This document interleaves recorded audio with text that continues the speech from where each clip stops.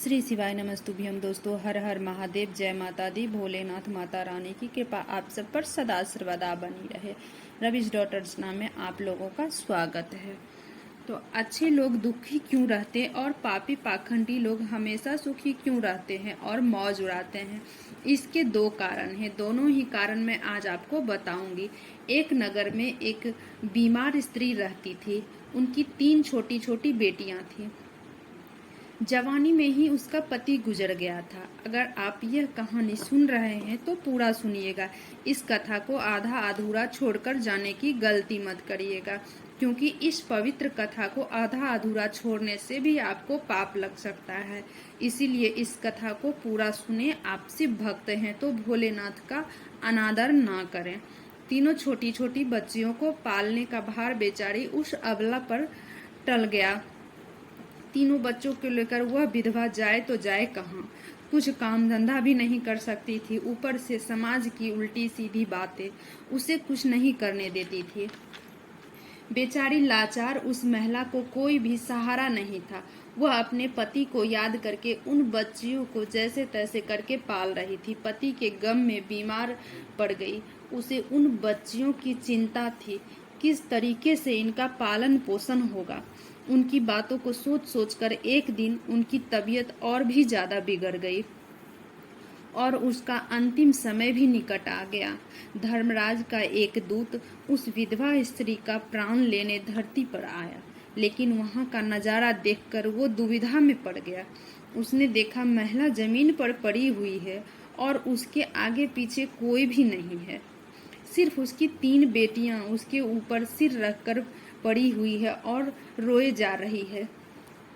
ये देखकर उसको दया आ गई और वह बच्चियां अपनी माँ को रो रो कर जगा रही थी। फिर दूत ने सोचा कि इनका पिता पहले ही मर चुका है। अगर मैं इस स्त्री को प्राण लेकर तो ये बच्चियां इसके सहारे रहेगी। कौन इनका पालन पोषण करेगा? यह सोचकर वह दूत उस स्त्री के प्राण लिए बिना ही लौट गया। धर्मराज कहते हैं, तुम उस स्त्री के प्राण लेने गए थे ना, फिर खाली हाथ कैसे आए? तब देव का दूत कहता है, हे स्वामी, मेरी गलतियों को क्षमा करें।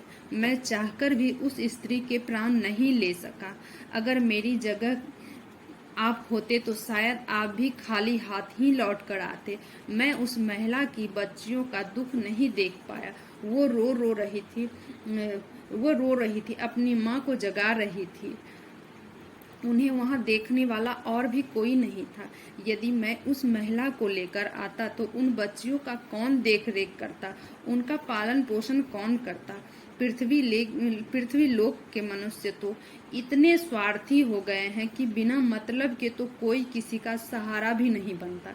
यदि कोई मदद भी करता है तो कोई उम्मीद से करता है या फिर उसे अपने एहसास के नीचे जीवन भर दबा कर रखना चाहता है।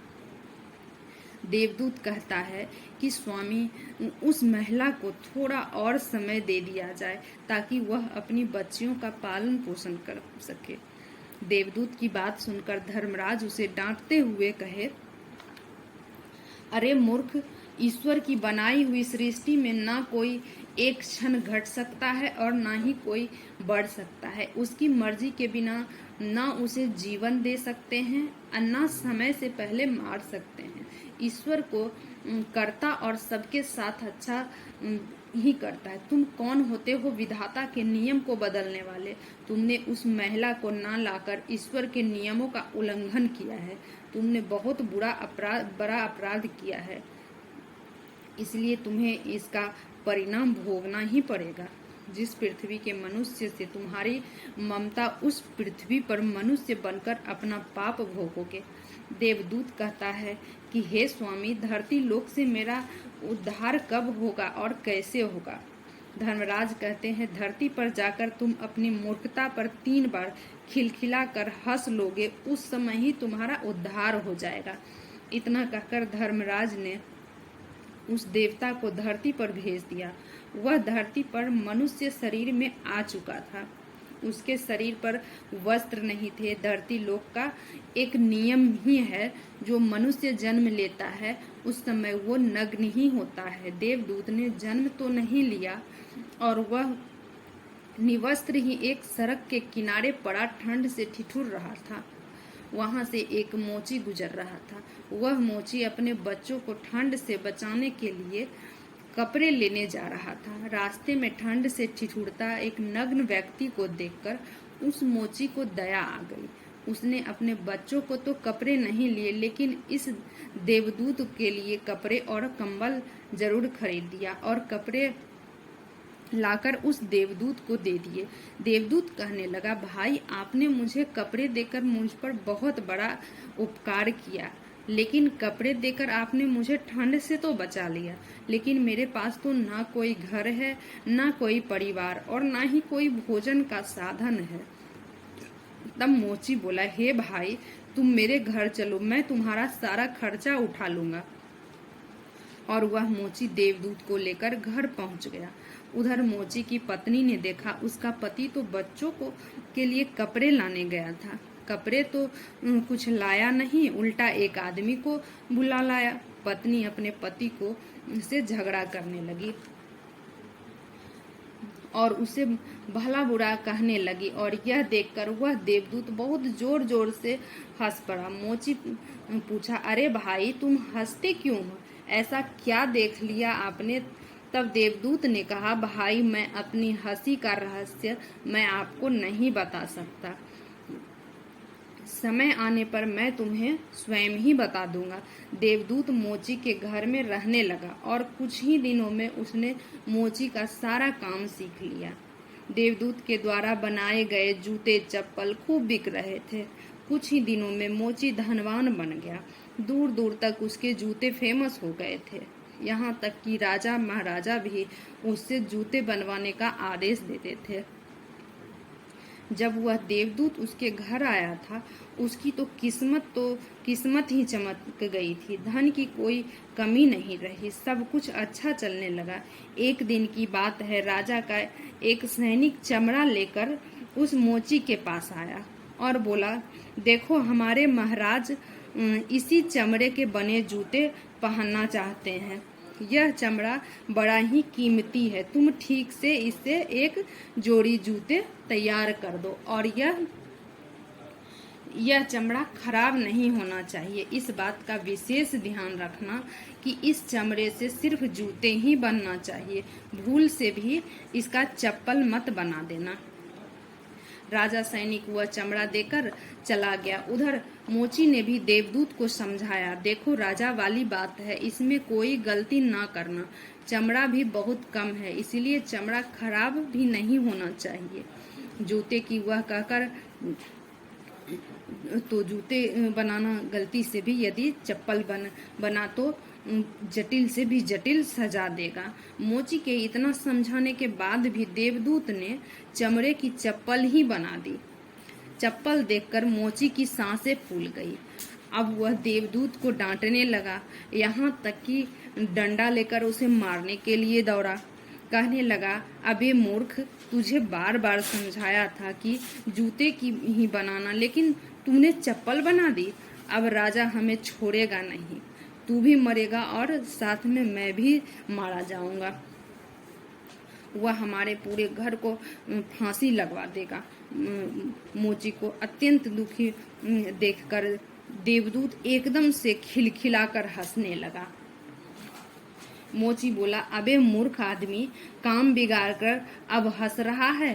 वो देखो जूते लेने राजा का सैनिक आ रहा है। और बोला, हे मोची भाई, कल जो मैं चमड़ा देकर गया था उसके जूते मत बनाना, चप्पल बना देना, क्योंकि राजा साहब का देहांत हो गया और यहाँ की प्रथा है कि मरने वाले व्यक्ति को चमड़े की चप्पल पहनाकर अर्थी पर लिटाया जाता है।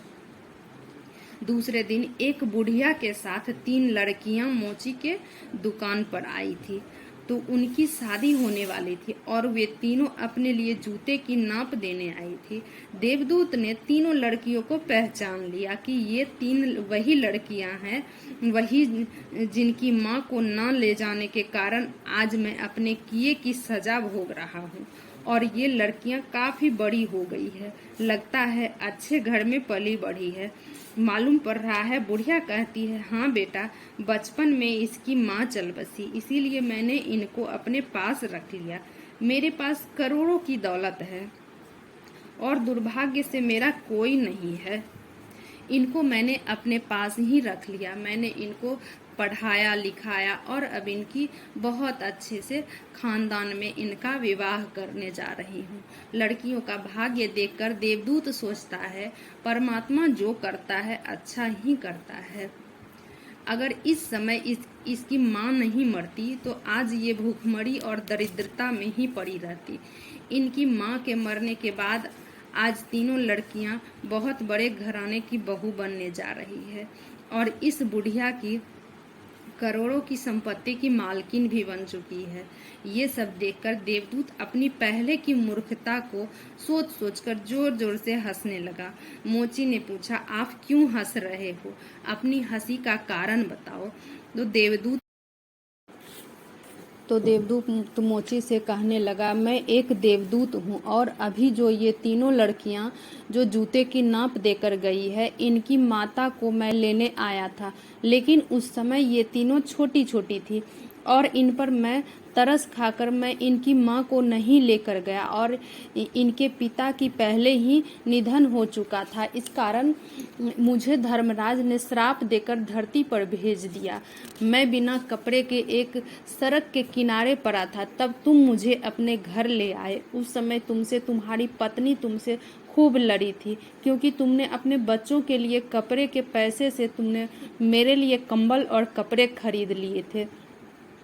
तब मैं पहली बार तुम्हारी पत्नी की मूर्खता को देखकर खूब हंस रहा था, क्योंकि तुम्हारी पत्नी उस लाभ को नहीं देख पा रही थी जो मेरे आने से तुम्हें घर में होने वाली थी। और दूसरी बार हंसी जब मुझे आई, जब तुम राजा के जूते नहीं बना सके और तुम डंडा लेकर मेरे पीछे भागे। उस समय तुम राजा के बारे में सोच रहे थे, लेकिन तुमको यह नहीं मालूम था कि राजा के साथ क्या घटना घटने वाली है, जिसके कारण राजा को जूते से अधिक चप्पलों की आवश्यकता पड़ गई। कई बार ऐसा होता है कि हम चीज़ों को देखकर या सोचकर दुख मनाते हैं जो हम उसे देख नहीं पाते, और वह जो होने वाला होता है, कई बार परमात्मा हमारी इच्छाएं या भलाई के लिए हमारे साथ बुरा करते हैं, पर हम उसे देखकर भगवान को कोसते हैं। हम उस अच्छे को नहीं देख पाते जो हमारे साथ भविष्य में होने वाला है। कई बार हमारे साथ वर्तमान में अच्छा होता है तो हम बहुत खुश होते हैं, लेकिन हम यह नहीं देख पाते हैं कि भविष्य में क्या होने वाला है। हमारे साथ दो तरह की घटना होती है, अच्छी और बुरी, लेकिन हमें हमेशा यह सोचना चाहिए भगवान जो करेंगे अच्छे के लिए ही करेंगे, यह सोचकर आगे बढ़ना चाहिए। अच्छे लोग दुखी इसीलिए रहते हैं क्योंकि अच्छे लोगों के साथ बाद में अच्छा हो सके, और दूसरा कारण यह है कि अच्छे लोग हमेशा इस तरह से जुड़े रहते हैं और इनको ईश्वर से जुड़ा रहना भी जरूरी है कि उन पर दुख रहना चाहिए। अंत में देवदूत उस मोची को सब कुछ समझाकर देवलोक चला गया। इस वीडियो को बोलते समय कोई गलती हो तो मैं